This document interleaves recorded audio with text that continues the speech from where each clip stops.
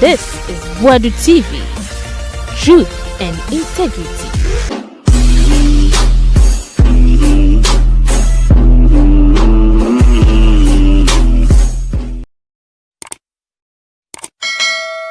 Also, Boadu TV so dey yama mo nyina kwa aba.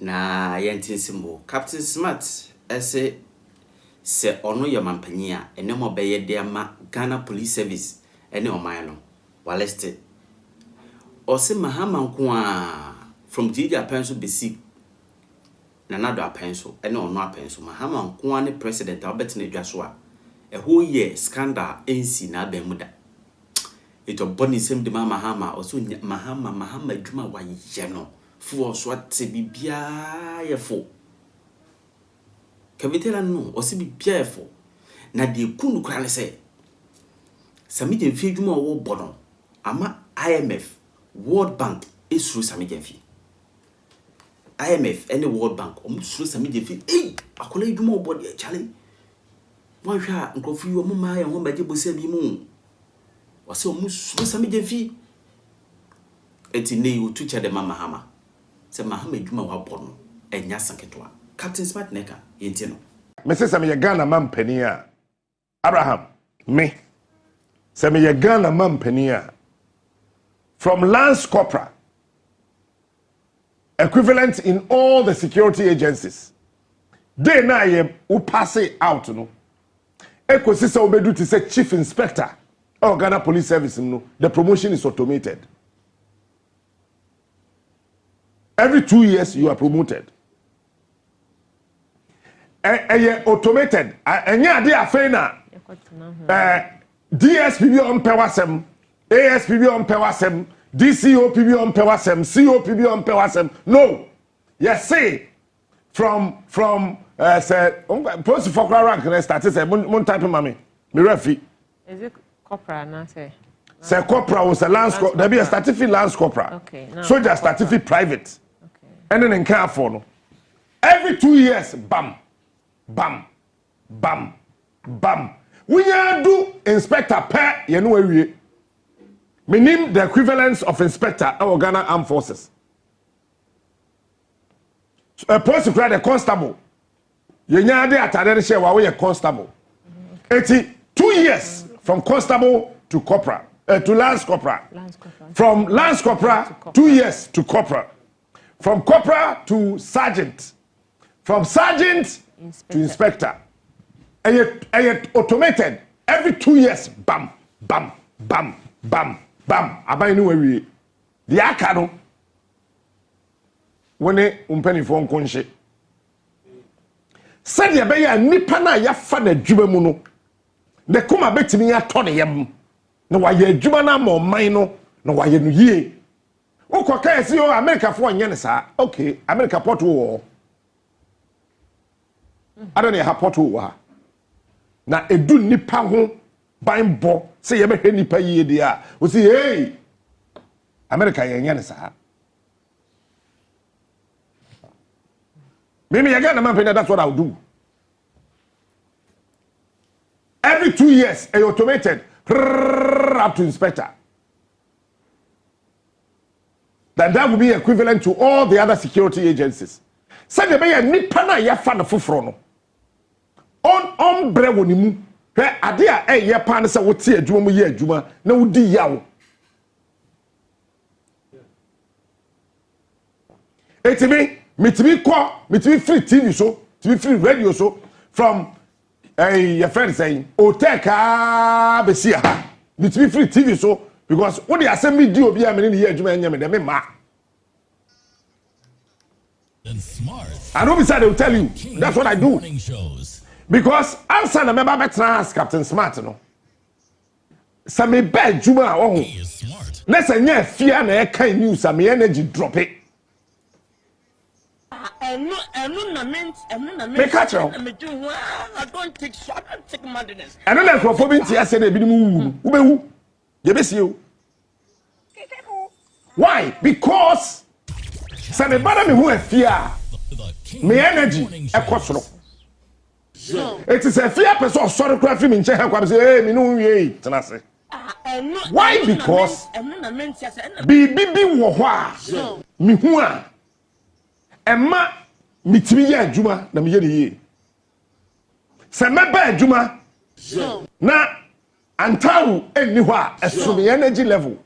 Captain Smart, the king of morning show. I don't know someone say me say nti achu ahi mwa said na waba Sammy person be produce me na sanya Godwin Kwaku Teta opa wo na wo se wa be Ghana ha nyina we the best morning show producer who produce ma mani nye. The reason is that say ya metewe metimi aka sesi ase Godwin hwehwe Pobia a ogina bontia as president a Johnson ho mpajo hwema. But be a wo producer na wadwen you say wa ben no wo wade a wo de ba no wo behave to say an American or an English person. You are not behaving like a Russian. You are not behaving like a Chinese. Your boss won't call Shaba. Why you say ya trono? You say a badge more new show no your introduction. Your introduction we are. You say born nyumba ko. Your born nyumba ko we are. You say wo ye bibi kakra bi. Wo ye bibi kakra ni we are. Hey, san prase morning show na twam. Say a producer or show, but be a one so when I was so what pay you are the best morning show producer. But me don't pass say Adam Bekacho say, "Query President Mahama Ojina kwete ma win to video no." Because I know I am very unpredictable. Let me know I agree as producer. But baby, I'm there some never far no. One shall who say what some na kra me no agree in America. Then I'll be calling for videos. I'll be calling for audios. I'll be calling for that. So it's yet God will produce me a there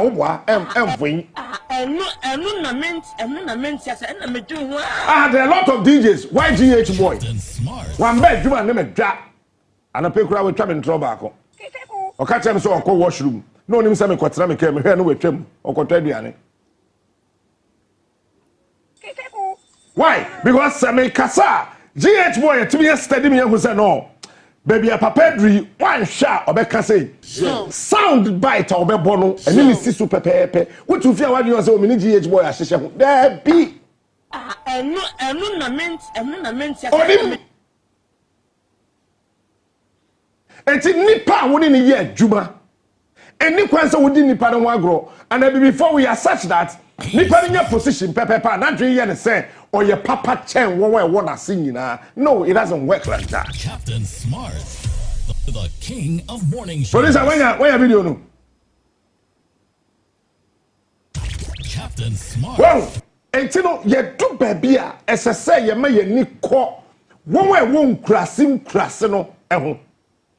Baby, you call Axim. Jado was the last year or last 2 years. Na, mamina, o transu. Obetra kudum. Okocha de no 2 years ago. 2 years ago. Or a teacher ni. Obetra kudo. Kanun. Auntie Grace. Madam Grace. Obetra kudo nim. Na we transu. Obedru no na tade na fo. Ese so no na paddle so ba. No de kokochra de. Sama ni we atra de 37 years obi enu wa promote ni da. Oda a teacher. Oh, in Crawford, say here, crowd na see baby. Ekwe.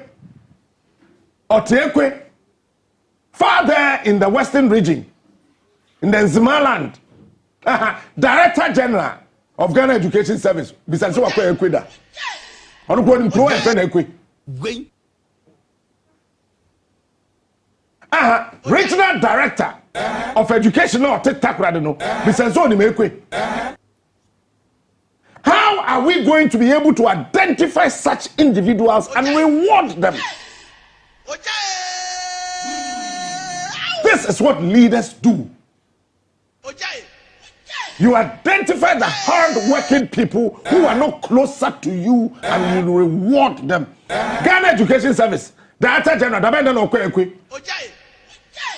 I remember saying GH boy the many video no buy no can say 2020 7 years and they retirement.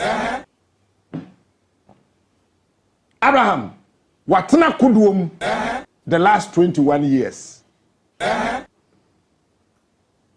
37 years, watena kuduo. Echansuo akwabasa 37 years. What have uba? Ono otikuduom and all paddle kuduono. Wako okodru no pun school a no wasatena kuduom de befia de me yane se maame no atade na ohye no okodru school no wape baby de ahata se de be ya ebewu na opun school ankoda no kofia na ono kwa kwahye class no wasatena na atade no wasan paddle kuduono no de abafi. The king of morning shows. What ayi kaneshi what radio wo su utimi ye late ne busa wa so ye Uber amantem Director General of Ghana Education Service onim sa ni pay American assembly. So ye do baby a ho ese so man na yetimu say no efia tago hye kura bi ase ade na efia ye no who is monitoring efia, who is evaluating what efia is doing. Obianye, we are only looking for faults, finding mistakes. Ghana when Juma ye ya no we dey opa ko bi fie say wo ko bu sana say asema na be ka kire wo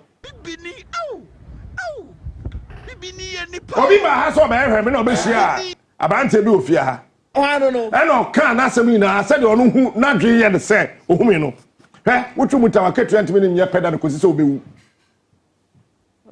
enye biabo ba opa numusu e wasase so da salary 20 minutes nye peda kosi say obewu. If you say how, where and what I will or may do or shall do to make sure say onua beko na you can never sacrifice that. I don't care as me na you exchange pass say hey say captain so di pa boni sa. Hey the say captain pass no na mo na you so captain so in pa boni pa o. And by the strategy of God, that person who was told the worst story ever, which was not true about me, and you know, fell into my tank. And I feel me so na onumbi me capture me pare ba makwem. I feel one day no one can say Kwayo nam say yes. And you won out TV do so na say nye wa. I'm saying me I say we are different. We fit TV do so we are different. I'm say sa nam say me here adwuma. And me adwuma na me ya me fa wo hu. So papa so mama so wo fa so uncle so wo sofo so why no say me here adwuma wo pack and you pay afa me ho. I don't care. You know why? There's a nation to be saved. Or maybe wo ho ese se ye gene kwasa oban no e na wo ba wewie okuta master's degree na otifie sa oman no na wo ba kuta first degree na otifie sa oman ye mu e na pothole ji post ni koye concrete e ko hwie ko gu na otifie o say abrante bi say ni ye friend ni say we de me bondi na obondi I don't know if you are machine o ka se mbebo me mo o say ni nam say there be onim me o say the way o sika asem no me record no ntitie mi tie ya nam say don we ya o say o sama body ni dada nam say ane ti me ba ha na me fra branch nam say bra say e fra o sofo ofie ha ye o sofo pastor come they ain't now can't this about me. No say, hey, Captain, I'm saying no. Nipa na wone ne di nkomo no. Wa ba makwem. We hu say me ye nipa papa chen. Nti wo de no de ba me di chen he ya de tie wo me kai hu. Captain Smart. The king of TV shows. So no tear no so boss. I am sorry. Somebody told me. I'm saying somebody told you. Me no na ye adwuma wo fie ha. When to be a member, you are also peddling falsehood na na nima ye yo na say wuti fi ha ye fra wo sofo Oniama chi o. na why ye fra pastor no wa brabo nie as compared to me and me the king Captain Smart. And before I am not the kind of someone who ya Jimmy. He is smart. He is unique. He is the best. Say ya me no ka say obi e auditor bitie kura biase. DC bi so no komu de sham nem all because we hu ade a enye. Ebedu ba bi no sa auditor no. Ontimi nya adwuma bia bi o. Captain Smart. Jobeye ina say let's compromise. Masa we ya mambi. There 8,000 no what 100. There 10,000 no what 1,000. Now on mine no kwana fem. Afei about 77. Mame ko NDC a 7 so. The king of morning shows. Makacho say President Mahama ntina me be adwuma nde. He is smart. John. He is unique. Samanye campaign number 1 kabaya me cry ya. John. Oh say nipa obedi o man so kane se Ghana man pani no. Now onkuta broni din. Ne fa no kwabe. Meanwhile, Kwame Nkrumah ya wono memeneda. Eya bedin to na de memeneda ne bae. Kwame was not born Kwame.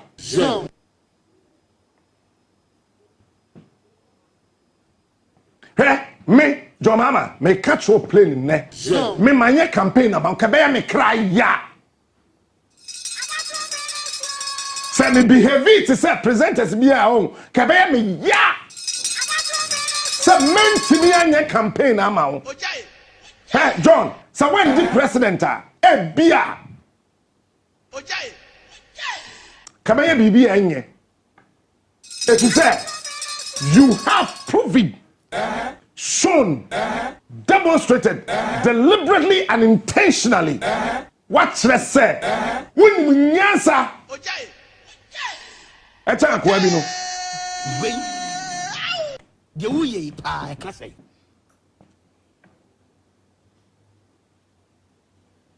Me say John Mahama ntina mbe adwuma nne. So we am ampani a wo ho. Esesa we ye niema ema wo wa ti o man mu kuma to wonyam. And in the Fourth Republic Mafia 1992 no wedding say we a teenager now on to aba.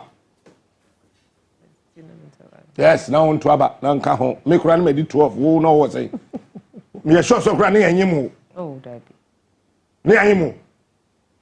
Mafia 1992 ne yanyim. Na mo be 18 years. Wo to it. Ne yanyim no. Sure. We share from 1992 basic there. Edin ba ko Ghana for table pass on the wire there pie. You can say. You can say. Obedi president. From 1992. Body name. Aha. Who we say Ghana ni bia? Oh, if 1992 ba there, Kofo, Ghana fra Kofo, Kofo. Why? Professor Mills said there, obe si fapem no. Owo ama ye papa ne kwan, mana ntoa de djuma so. No problem. It's Professor Mills said there, ya na ye yi da frim. Rollins ya ade kakra. But in 1992, before Mohammed's second term, you will cry your second term. Me who say second term? Then your constitution, no. Rollins let show you. Kufoba e wan sesa constitution no. Nana do so wan sesa no. It said the constitution is say na e be adwuma. Onyakopɔ empengu. 2 consecutive terms. It said no constitution. Let me your lawyer. Kufo emre so ene ye koma tibi to ye yem say on my Ghana for one na that time they find Barclays Bank stand chart na me wo nipa no hwem account so stand chart so kuma say friend Susie na wo mo dane mama me ba ko be slim very nice respectable woman on a be hwem account so kuma say na wonama me wo foxes ana mo di birika na o maba captain ye percent ka wo ba jibesia am say me de yeren me pa besia misro bank besia de misro menje but ye no and a Professor Mills but to fapim and a Ghana for ye ya dream to say Israel for ya kopie Misrim asase so na ya to Moses okosra so ekwaje emra bebo ye ho ban aba and ye kofa ye kodi abrante bi achi manage ye gold ye sika e de ye ohoni say ye nto yame ntwene na ye nsum bibi ye fe nana Nebukadnezar Onyakopo empengu ale ba ko amembe se mete krona ne se eti akufa do ba what you said your course now look I could have campaigned for Baumia in 2024 I said come to campaign na no because plus or minus it says say J Kufuor ye MPP dinti me pe Kufuor sempa we am a dane Kufuor is my Kufuor anka metimi esan say J aka bibi e baba umia anka metimi a campaigni ama baba umia baba ye Na oti na ndonka. if you say me who say between Baumia in 2024 John Mahama in 2024 Baumia will be a disaster. Men can't say going forward Baumia will be a disaster. See me here 2024 between Baumia and John Mahama Baumia will be a disaster because as of that time Sanka Baumia winning Anka Ken Oforiata Konko America Kobi anti mincheno Kometsa kum heya affronte I want sikari niema wonya say o si apene e wa America Donald Trump so otese me or a businessman or dream ne man ho e che ono an ho wo bia wo tie kire na wadwin wo tie Donald Trump no unim nyansa cause ono feel say America kofam ese so de America basoro one say Europe part o can so the taxes ato Germany Italy France members of the G8 members of the G9 members of G20 Donald Trump the taxes a go also say what part of even China went to negotiate China could negotiate eti Donald Ayana dream say hey there be you America first eti who be a open green card no so over $1 million there Fabra I will not be surprised because second for answer yes sir eh bia on negotiate so nyaya mention this $1 million they can for that war one sha obetimi atua no what green card on Ghana da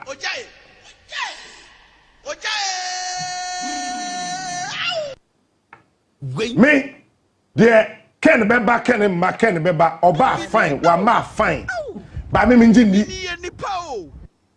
I'm telling you today second of rata beba say oma Ken beba Ken oma he say Ken ye person ba ko aba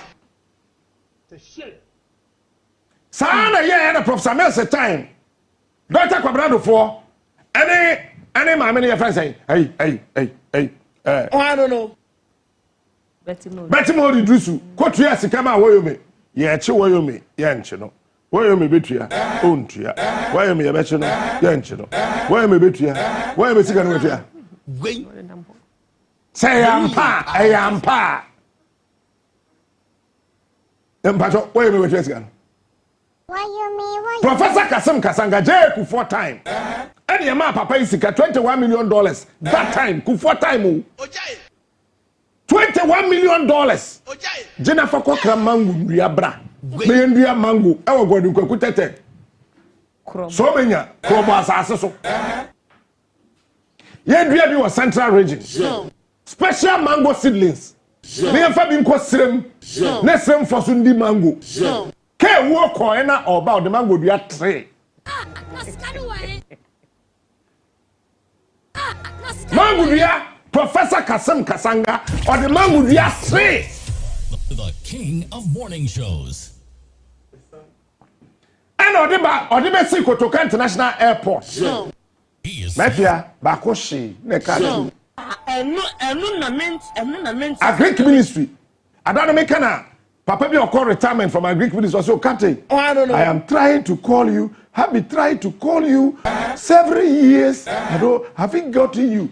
Somebody gave me this number and I've sent you a WhatsApp and you have responded. When Professor Kasim Kasanga brought the 3 seedlings, he left 1 at the airport which died. He brought 2. The one he told us to plant it at the Ministry of Agriculture. We planted it in 3 days. That mango died. The remaining 1 seedling, we don't know where the minister planted it. So me, as of that time at the Ministry of Agriculture, I don't even know. $21 million. Professor Kasim Kasanga managed here. I remember very well when Professor Mills came to power in Kumasi, and he had Jessica and Professor Kasim Kasanga. Yes, we minim.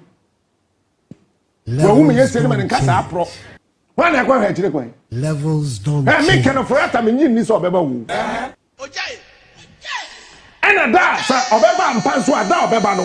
Who the obewu national security for, soldier for, any police for, a by way. Best Sawon Kogu airport so won't protect and Ufriata.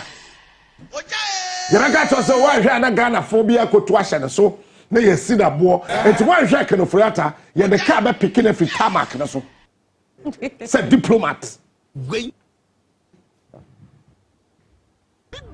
oh. Say no. Eti eya quite say Ghana man wutim na sa wo bokro no a wo ye nipa papa.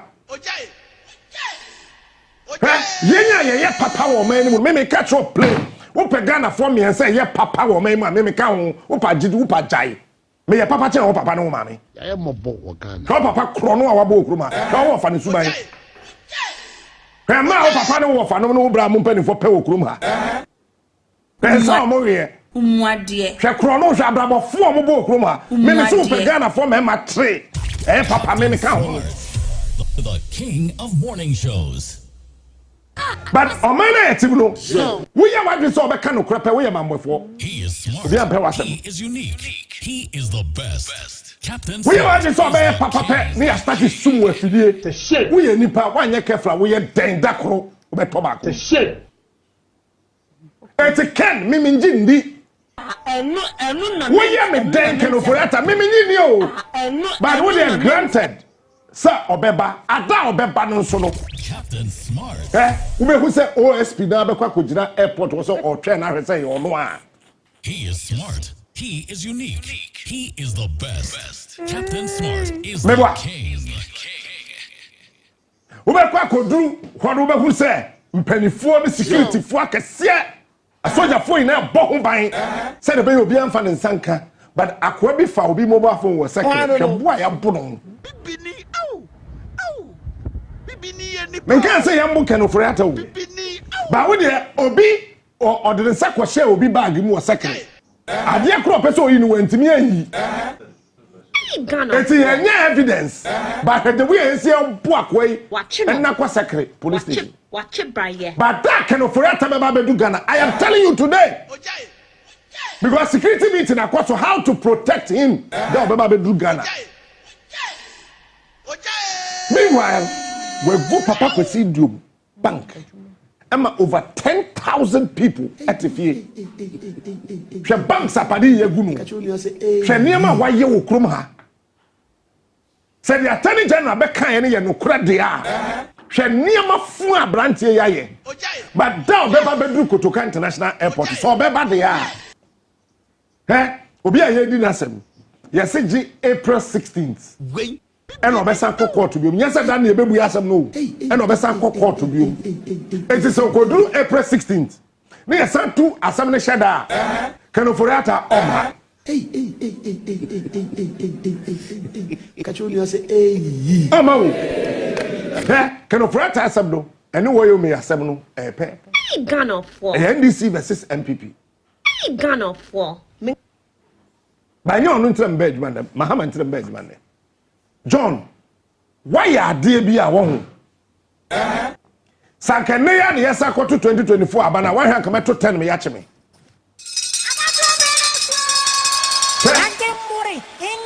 Woyi kufuo si nchen a. Ono an John Dramani Mahama ne catch there na pose. Se wo muade a me kra me wo ho ka de wo pekere me ne gya kwa me nkroma me boa. It tells you sir. The man was determined so be Ghana ye.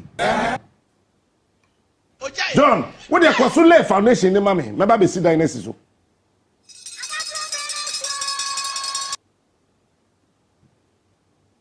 Here, on my penny, I want bar where they are fit. I'm more missing that. In the Fourth Republic. It means that.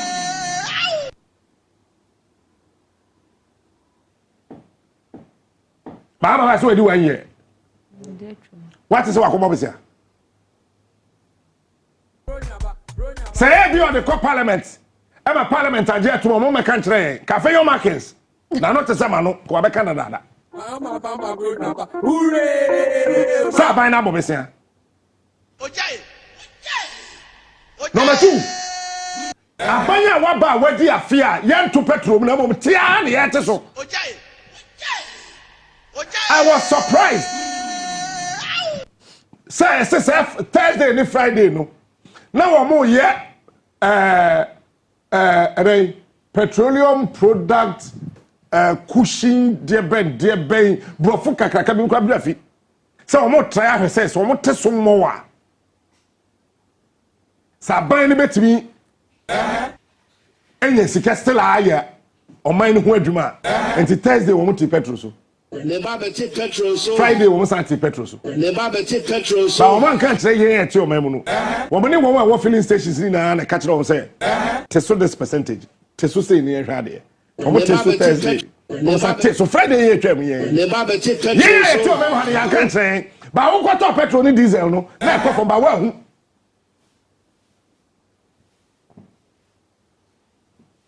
Minim sebeto aso a. Never be petrol so.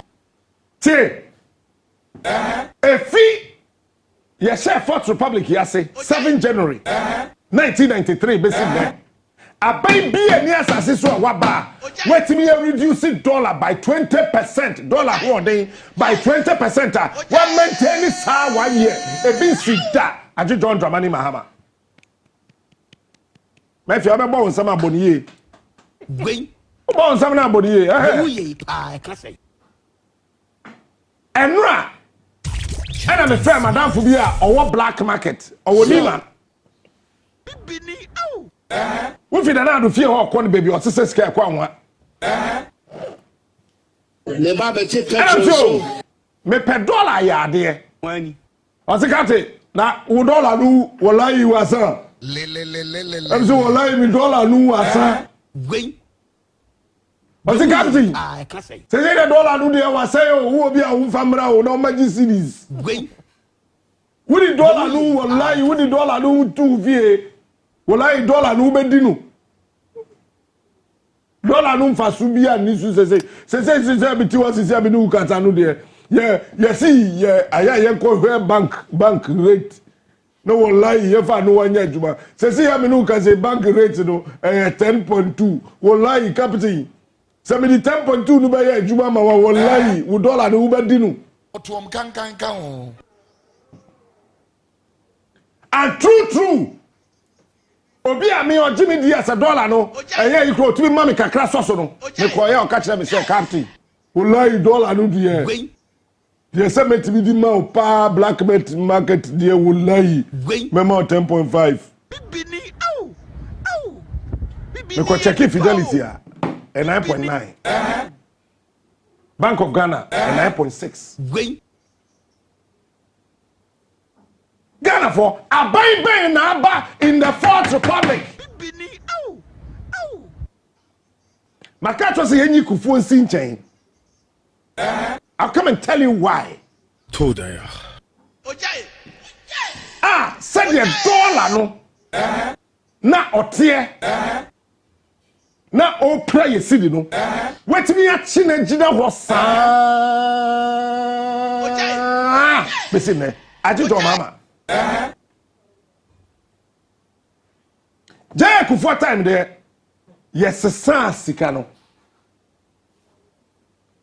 Yeah, redenomination. The value is the same. It's that time they say 10,000 and 1 cedi. All right? Kufori no. And a banks who say in Faswaba town. Say banks that time Kufota who says so 1 man for be some win Faswa. Well, dollar and cedi no. Abai Ben Abba in the Fourth Republic. If you roll in time, Bessie Mahama time on there, where do you fit? Now we need a scandal. Because scandal. Hey, somebody see a buy anymore. I'm a buying a teso. Time, Sammy Gyamfi, Edisika, Mitway, Micheska. Sammy Gyamfi chair. Agrada moi. Agrada Eska.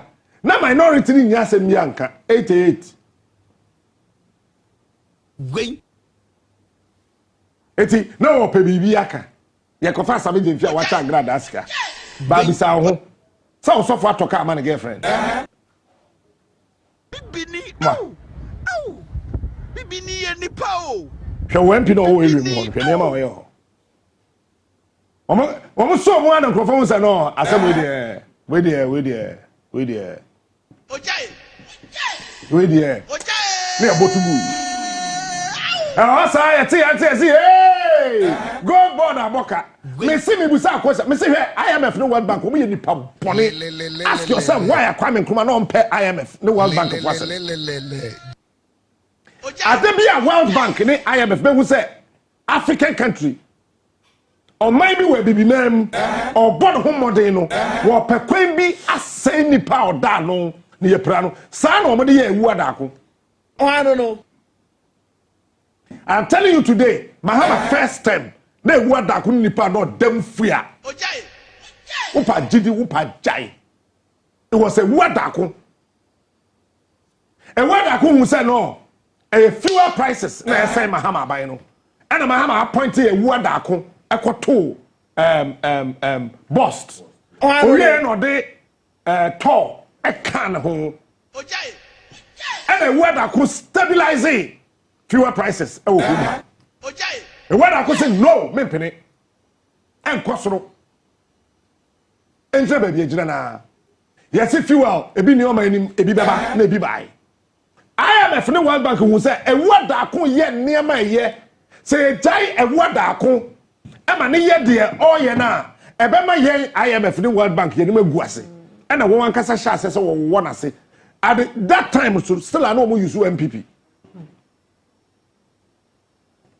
ojai 2016 then ya mfa ye Mahama wo ku me ka ho Adelai Adelai Sano eti nanado be di president no mumisa nanado mumisa keno furiata gabi ochedako asante be di etu captain koda bomti me wo fere obey national security minister first kandapa mumisa wina they wanted a wadako say wadako nka ho no nya adwuma o bust nyensa mfa to nhye nensa e wadako se menye It's one more success or more tata word ako. To a point say ade word ako nim ho hwe. Omo de told the so no more penachino. Because a word ako say ade omo pese oye no onye ndana do no te aso wu. Mo am won number mo frɛ no fa no musa mo frɛ 0277 no. Oh, I don't know. Eti IMF no World Bank who says Sammy Gyamfi de oil no. Se Ghana na Ghana timinya gold ni bebre ya. Ghana economy na no be dey. Say we dey Madia Mahama here. Say we are want say dollar dey so so ni ti pepepa. Now am Bank of Ghana. Any finance ministry, any gold board, a show the amount of gold that you want. Once $1 na samba for. Adam Mahama ya no. $1 no cost. Okay, no problem. But gold the dey Ghana ho ban. Eti ye gold quantity e woni. Ye sika gold board ama ye nya enso ye through Sammy Gyamfi eni. Eti society there, oh, the NPP administration started gold for oil. You got to go back to the gold for oil, and then Mama said gold for oil be annual. Me pen gold bond na.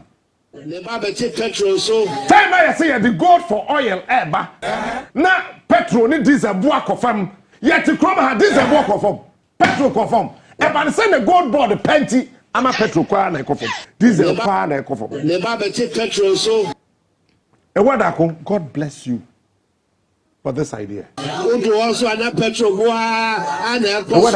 God bless you. Eti World Bank throw Sammy Gyamfi.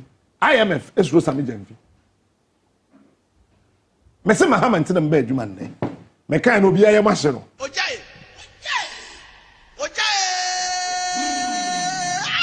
Eti say no. Wọ́n sẹ́ de ọmọ ẹni sí ikọ̀. Di etwa ni sumu kura ya me da kura ne baba jama issue no. I don't know. Hwɛ NDC for munja jibi no na mo support John Mahama. We NDC ni jai jibi no. Wọ́n sẹ́ de ya politics da wo krom ha no. Sa na da wo NDC for trip. I am telling you today. We have a different leader Today. NDC for Munsebi, we have a different leader. You were candy for different. It's in Yamana or Yano. One shall would say, Channel NDC near. Who bedroom the assessor would dinkua. A be free, sir. And Yamana air cosono. So one Tanasi and Yan Safo, our party the moi, a beshow. MPs in the fan Yansa. This is in the far to a good by a bit too on so. Would I try racial for neighbor? Would I try to this is what the court also say. This is what the court also say. Yeah, from a mofa. Yeah, Monjay, CEOs, no. You bet 2 way to her. Near catch us a wolf far. That's I say, you bet 3 months near Fred, one that I say, Kaufi. My MPP biara Ministers no, my dear. What they are trying? What they are trying? We shall do the. Oh, Mama, we are cockroach and the seat that I am sitting on. This is what where Mahama sat. Now, referee said, "I don't control the movie." When you go also go home. And I referee, what am I trying? There's a new leader. You see, there's a new breeze and a new season of leadership. I told you from 2024, I am not asking for change of leaders. I am asking for a change in leadership. It's the same Mahama who came in 2016. Who was there in 2016? It's the same Mahama. Eti sawoya wadwi so wanyini. Enti won sesa wadwi na wajimi. It's the same Mahama. But say ukwa Mahama ho aseme na omenyaka. Ukwa pa aseme bi Ghana from Penukre. Africans and we meet me cause so cantonment me copy so. my MPP biara. Oro se o mbe sumu afidie mu ato. MPP biara. You know I like you. Me no me enu de. Cheme. Apota. Ojai. Minimum simpa. Minimum wini ba. Wọ́n se o mbe sumu afidie. Na wọ́n nim de enti a wo constituency. Canada Japan winning. Bibini ye nipa o. Hey, mafia na we am can lose election. One can say hante won. No problem. Canada Japan say on kasa. Ken en kasa. Ojai. Obe campaign na ye wonya ben kasa. Jawo. Ken wu so. The shit. Wu. Abokagu. Ba fayo. On so ba subo fidie 3. Abokagu. But media me pacho MPP there poisoning. You careful. Afeyo. Awbekum me catch wo. The shit. Afayo. Some case on minority leader na for made ma ho. Abokagu. Me kura me so da na waka se wo mpebium. The shit. Me so da na waka se minority leader no kura wo mpebium. Eyalo krokro na John. The shit. Afayo, o say ba me woni in 2 days uko meeting bi. Uko meeting bi. Na me jina ho na me tie mu komo ni na. Na wo share long sleeves. Blue fefe bi. Afayo. Nada uko baby na MB before door so na ma nsu men nom. Ya ma aduane mendi. Bra, mendi o men no.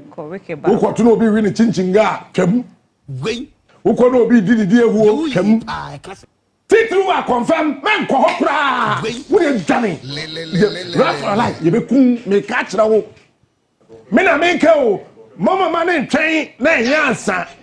The driver cry man is amonye. So mosu. Wo driver cry wo man ko to aduane bra wo. Mani ni bi. Papa bi ane yesi on pemasem. O kama wo ni fie. Me ko ni fie no odi bibi na mse be di bi am se we ko ade. Ne kama ni friend Jude. Friend Jude bra. Friend Jude ni. Otika you don't trust me, so I don't trust you. Afayo. Meeting him ko PS wo cantonment. Captain Smart. Baby, how far now wo ko asante be dey to. Senegiro, Senegelo, me I don't know. Yenti ameka sa ne say ye oba ne ho ade na meni ho. Nti ne yere restaurant biara. Ho baby. Ho baby. Nti ye careful. Me and I dream and nantem. Ahobrase. Ye careful. Afayo, ye careful. Tetinapa ne mumbio. Enti sanka afayo akwa bom dadaada. Say ya me no tira ye ka say. Ghana president. Sanka we president na obi tough for man. It is not your responsibility to save that person. Because it makes me a setup to eliminate you, to castigate you on social media. But John Dramani Mahama, and Ghana Hampo, Zambia. Zambia nearby offro. Also, Zambia for money and said antete womu diplomatically. Womu say yatete womu. Zambia for my own media bahad sa. Sanka baby president jina de umfro stage no the president nanim. Ufa baby a atwede da. Wetimi for the security for no. It says Ghana for mba ni bie chen Zambia for mba nti. Ghana ni ba na oka ho no kofa atwede no so. Zambia ni no pese ohuri. Enu na me. Come and confirm us and me. Pese ohuri. We mu ina ni e ko beef. To mo ma no su no mo ban. O san so she skirt bra. Ba taki ni so san so she white wo so. O ye zie ni. Bibini au. Okofra ko sia president to for mani na president kutani mu enye ono an kote to for mani aban kan ti ko be bo ko be wu. It took our president to save that lady, but Nigeria president ni bo no mum na bo fom on save you obi awu on wan kasa say fom say team it team no na ekono. The only president in the Fourth Republic. Yenyan 1 year without a scandal.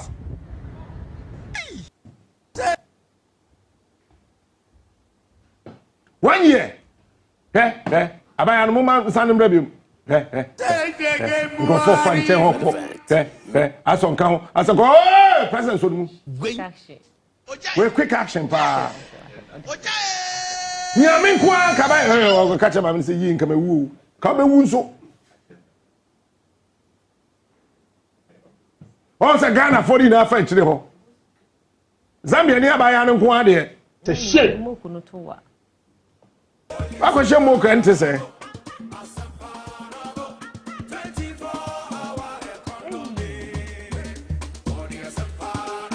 And you do baby a ho. Yeah, oh yeah, dear, as I said, can I tell you, I can't say that you are Kufado, ambulance or toy, they are not Bonabaso. Your Excellency, Metis school amount. ma wa teach MPP for say dey bu man me ka bibi asese ya na obebu o man ne dey a me kaye ye me mpe na boachi me nya Ghana man pani ba me kaye ye madwe mu matwam ti kaye ye ni kaye ye wa Zambia ba say ya na obebu man na wa MPP for na be kaye ba so I am fa kufo kan because me papa to heal him na boachi through the third say ya na obebu man na MPP for my na o be kaye o na boachi to pa no so pan through the third ono kwa say ya be kwata fudom bibini na body ne banchi gum na mankani gum na boachi say be before who say kaye ya de pa ma ba me so be sit dan am kaye for wa no e tani edia the way am ha si bu man no e say man pipi man ani na koye kaye na sia koto so pan na e say it here o kan say captain no ya captain mu ade na ma wo krom ha chief of staff no your ba ko no say dia gobulushi market ono ye man board ye ye man banche emu odu na ntwinam na ye twitwa no ye kagu pan na nka sofre mo pare te shame a bokagu na ntwinam no sofre mo pare no de nam na ka jebi yire ana akoto na ntwinam na fre mo pare so di dachi hey madam bese ko me da fa wo kan na bese ko kan Yes, na ye tikrom ha we are insulting notness yes, incredible. Asa we are ceremony asa we nya nipa eti nya 10 year your president katre yen say o si dan ya makaye yi eti sabe eburu sabe nya ado me nuanu mu seremfo de won pe bank seremfo de on person be presenter me see 2028 we are 10 now to abama MPP am shewa me bobo so we 10 year fi serem me twehwe mo me plawo we are 10 year one say so be professor 10 year we dey one say presenter 10 and say fashion designer 10 on the adwuma bank 10 year ye sika ye diamond nkran betran kan ye kai ye ese fe mo pare ye so ne ntwinam ne ntwin ne sira ne na ba ben no na ta na papam mo kwa me bo mo kwa me ba Na the farwa. You sure na narwa. na keslo wusu sei pa no what time gari bottom yensa oh bantama dwom na kodeba ye kai say hey Captain Smart no ya mano nya ya o we are building a country and when we are ma MPP all of them were quiet and they watched Baumia touting an achievement of what promoting the Kayayi. He is smart. Yeah. Nipa beji edie nu wawu ayi. Nipa beji edie nu wawu ah. Nipa beji edie nu wawu kojo. Obeba boni ye. Nipa beji edie nu wawu ayi ah. Nipa beji edie nu wawu ah. Nipa beji edie nu wawu kojo to ah. To kojo to ah. GH boy.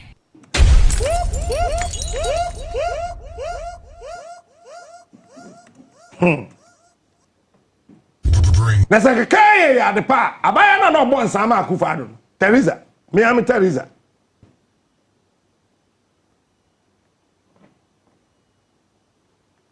danka mi chiri na Teresa yen so won ntwinam on so gare wo be ye wonchi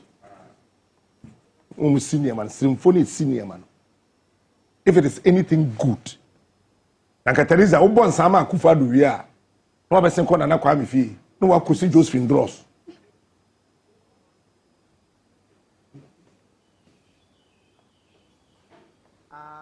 and we sat in this country and because of politics we supported, promoted and collaborated every other thing about this rubbish.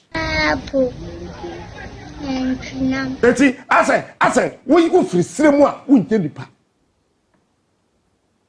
ba ma me ka che bia me nua kan for say tani e na ebu Ghana say Enipa na obu oman no oye tani akufa no yakani.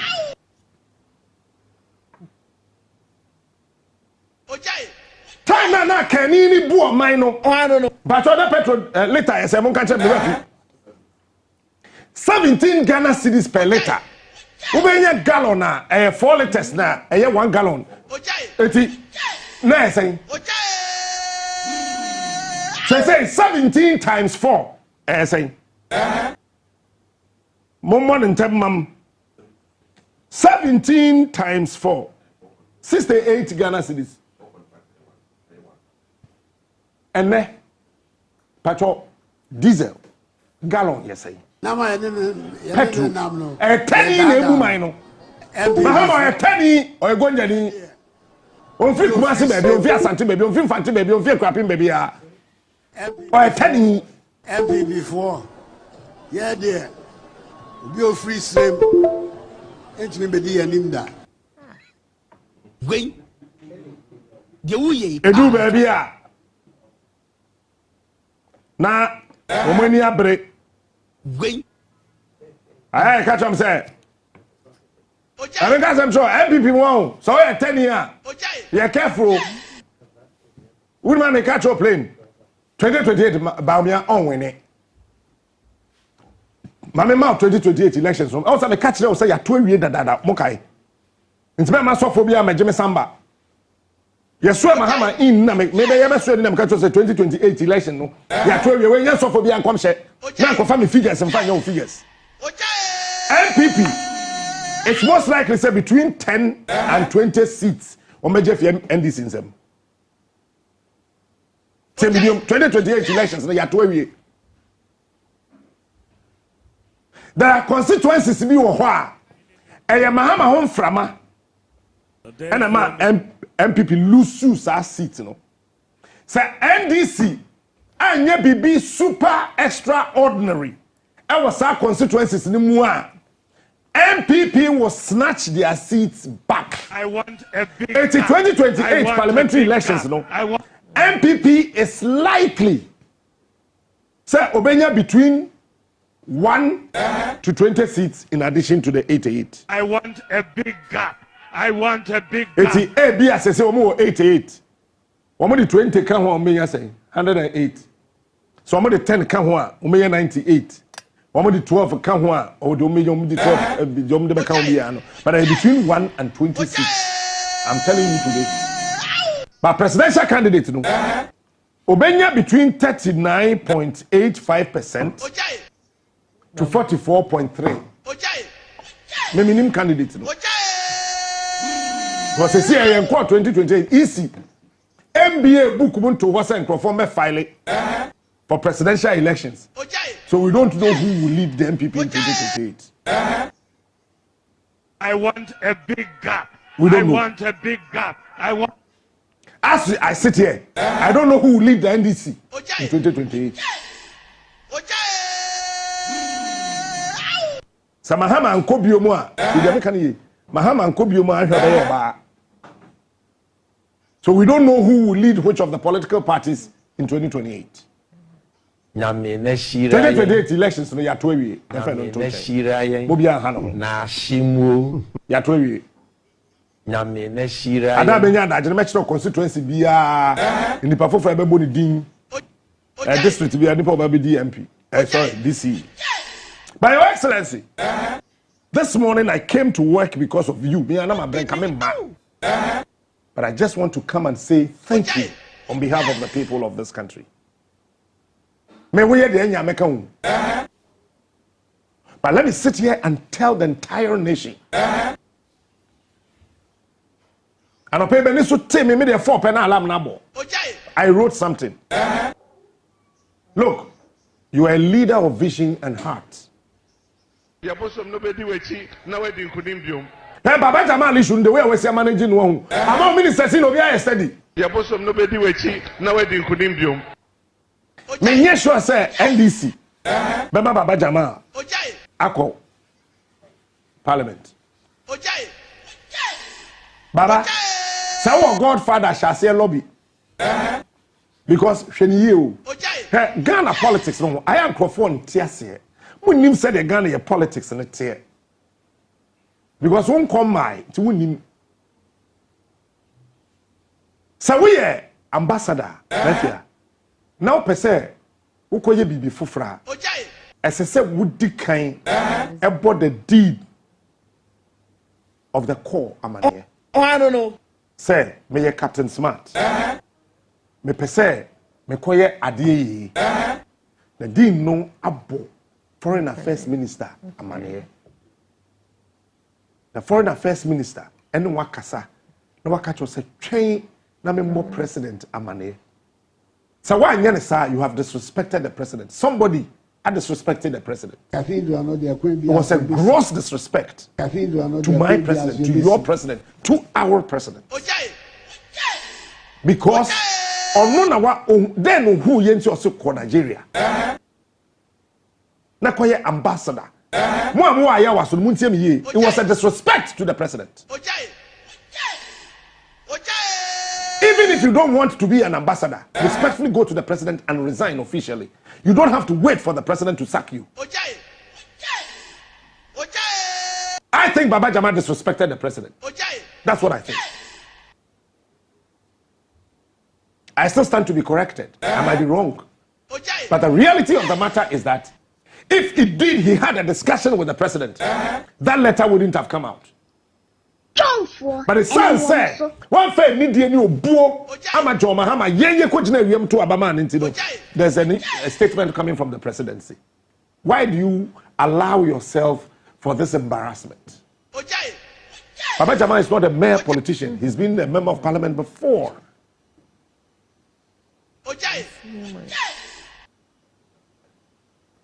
And I think that want to turn in near my so you declare the winner was sitting and crying no one in Shadanje. Okay? The worst of it all is that maybe we scare who me child dear dada. Really.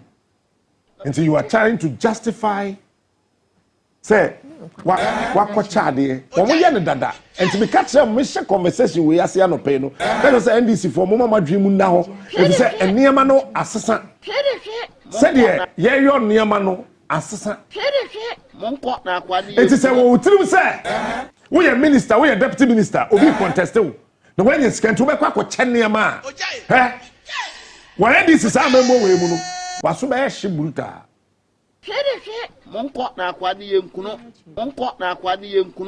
Why you waiting there? Saka president in Lima. Because a very reliable information I picked was that the president was seriously furious about this rubbish. President Jabruta. Now watch this. Presidency say or investigate. The presidency is led by John Dramani Mahama or Ghana Company. Presidency party also led by the general secretary of the party and to say we are going to investigate. Party we are baby Baba Jama be kwa ka omo ya from majority no. Wo mo so say their annual results no. They say majority say yentwam. Yen kwato no fofo.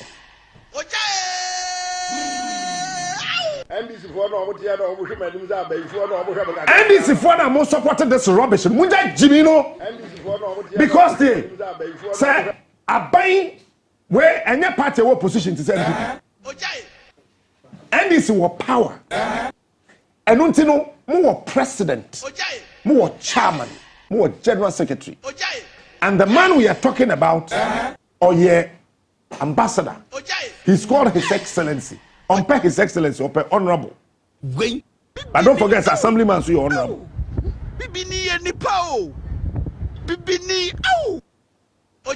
So we are ambassadors in Muntebi. More person be MP. 2028, Muntebi. I don't know a high impugned political season. But even that, J. Ubo President Amane.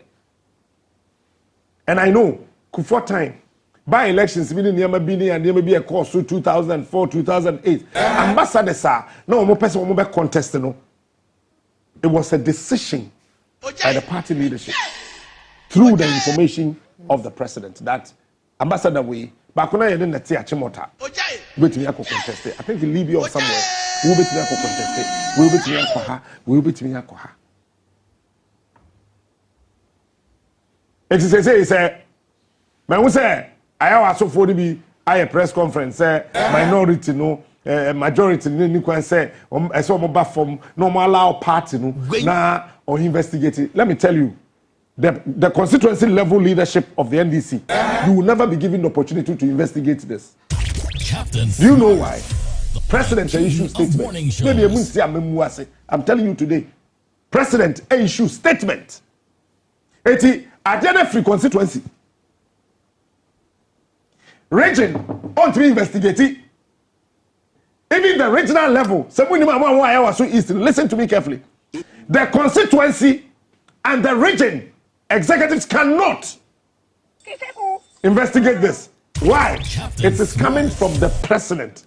So is the national leadership and the presidency and the leadership of the majority in parliament. These are the three bodies. And show, sir, Captain Smart, yeah, dear. Not JB because of investigating who is JB at Media General. Maybe I JB Crime Parliament Crime and I bet on have a casa. He is smart. JB wants to investigate me. Investigate me, I'm going. Captain Smart. Say JB catch up so investigate me, I'm saying, I'm going. Ah, let me say, I'm say, there's a woman who know, JB. But when Auntie Antiama, Mr. Ma, Mr. Niama, I can't investigate me, there's trouble for me. He is smart. He is unique. When he said, a letter will come out by midday, say I suspend the elections. NDC. Where he's there, where internal party elections. By midday, letter member say party no annul results. Captain Smart, the king of morning shows. What's it? That be when you general elections. This is supervised. So, say easy corner or supervise. Internal party elections are easy only control. And when these elections only control and when PP elections. And this may issue statements on one now results. Yeah, more 100%. Say annulia. No investigations in the back. Say you wanna we influence ya. Not just say you suspended Baba Jama. You suspended also I wouldn't mean Prime Minister. It is a suspended one. Now wouldn't mean qua. You did second no. On the beco.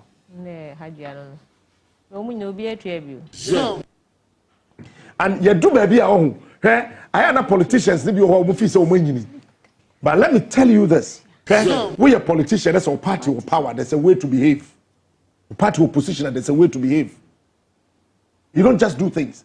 Because Ghana for you do baby I say you need that was a president na you need that. What's that I'm saying? Sam George Aiding. He is smart. And I'm moving. Me and me some better can be chireno. Captain. What's that Sam George Aiding? What's that also good at top preview? Try right. It looks like we are going beyond bounds. This is the kind of a leader you hear say. He is smart. And Your Excellency, when I wake up at 4 a.m., I type something. Listen, this is what I wrote. Okay. Team Liga, no more. As I said, I think they say Ghana Journalists Association.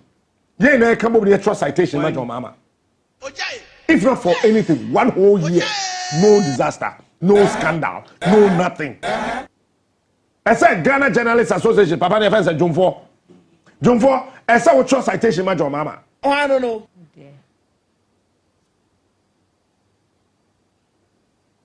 This is what I wrote. In times when nations seek not just governance but purposeful leadership, Ghana continues to be blessed with the presence of a man whose dedication, empathy, and foresight are as deep as the Volta and as steady as the Black Star, His Excellency John Dramani Mahama. Today, I extend my deepest congratulations to you, not merely as a political figure, but as a statesman, a visionary, and most importantly, a servant leader whose unwavering commitment to Ghana's progress has carved your name boldly into the hearts of our democratic journey. From infrastructure to industry that you promised and you have started doing, from education to energy, John, you have always seen governance as a tool for building not just physical roads and bridges, but bridges of unity, hope, and opportunity. Your legacy in infrastructure is visible across the country from 2016. Schools, hospitals, interchanges, and rural electrification projects that have transformed everyday life for millions of Ghanaians. Yet, your vision is not just concrete and steel.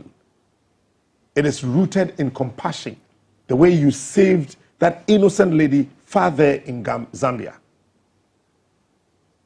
Your social policies reflect a deep understanding of the people's needs, ensuring that the soul of Ghana remains as cared for as its soil.